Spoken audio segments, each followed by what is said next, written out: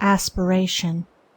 With the clear perception of one's own ignorance comes the desire for enlightenment, and thus in the heart is born aspiration, the rapture of the saints. On the wings of aspiration man rises from earth to heaven, from ignorance to knowledge, from the underdarkness to the upper light. Without it he remains a groveling animal, earthly, sensual, unenlightened and uninspired. Aspiration is the longing for heavenly things, for righteousness, compassion, purity, love, as distinguished from desire, which is the longing for earthly things, for selfish possessions, personal dominance, low pleasures, and sensual gratifications. As a bird deprived of its wings cannot soar, so a man without aspiration cannot rise above his surroundings and become a master of his animal inclinations. He is the slave of passions, is subject to others, and is carried hither and thither by the changing current of events. For one to begin to aspire means that he is dissatisfied with his low status and is aiming at a higher condition. It is a sure sign that he is aroused out of his lethargic sleep of animality and has become conscious of nobler attainments and a fuller life. Aspiration makes all things possible. It opens the way to advancement. Even the highest state of perfection conceivable it brings near and makes real and possible, for that which can be conceived can be achieved.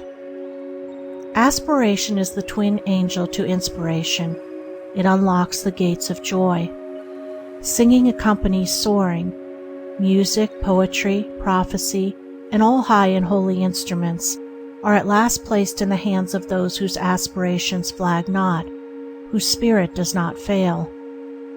So long as animal conditions taste sweet to a man, he cannot aspire, he is already satisfied. But when their sweetness turns to bitterness, then in his sorrow he thinks of nobler things. When he is deprived of earthly joy, he aspires to the joy which is heavenly. It is when impurity turns to suffering that purity is sought. Truly aspiration rises, phoenix-like, from the dead ashes of repentance, but on its powerful pinions man can reach the heaven of heavens. The man of aspiration has entered the way which ends in peace, and surely he will reach that end if he neither stays nor turns back.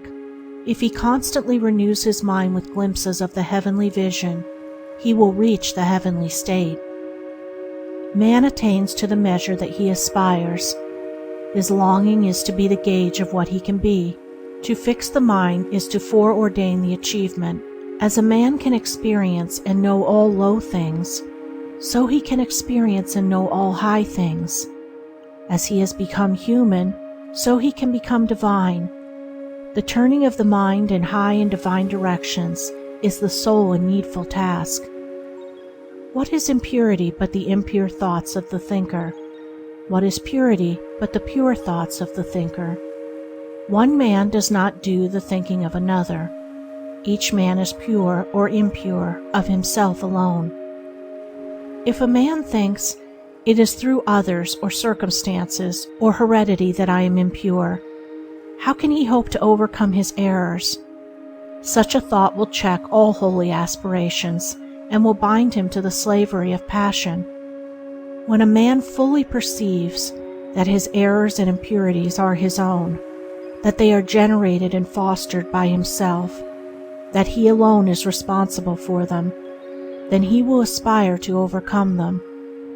The way of attainment will be opened up to him, and he will see from where and to what destination he is traveling.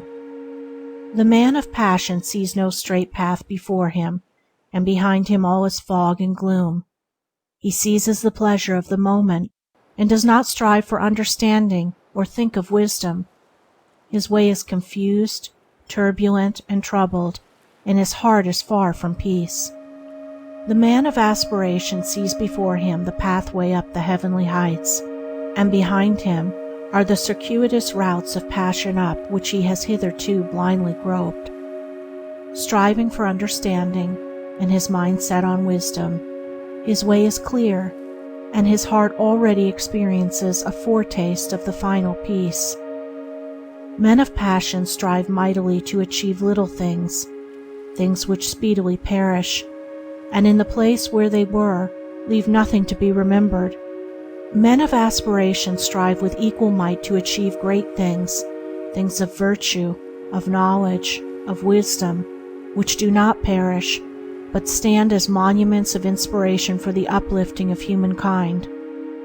As the merchant perceives worldly success by persistent exertion, so the saint achieves spiritual success by aspiration and endeavor. One becomes a merchant, the other a saint, by the particular direction in which his mental energy is guided. When the rapture of aspiration touches the mind, it at once refines it, and the dross of its impurities begin to fall away. While aspiration holds the mind, no impurity can enter it, for the impure and the pure cannot at the same moment occupy the thought. But the effort of aspiration is at first spasmodic and short-lived. The mind falls back into its habitual error, and must be constantly renewed. The lover of the pure life renews his mind daily with the invigorating glow of aspiration. He rises early and fortifies his mind with strong thoughts and strenuous endeavor. He knows that the mind is of such a nature that it cannot remain for a moment unoccupied, and that, if it is not held and guided by high thoughts and pure aspirations, it will assuredly be enslaved and misguided by low thoughts and base desires. Aspiration can be fed, fostered, and strengthened by daily habit, just as desire. It can be sought and admitted into the mind as a divine guide, or it can be neglected and shut out.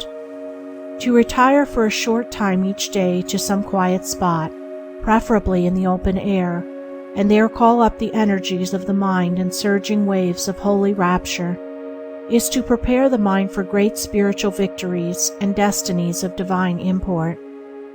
For such a rapture is the preparation for wisdom and the prelude to peace.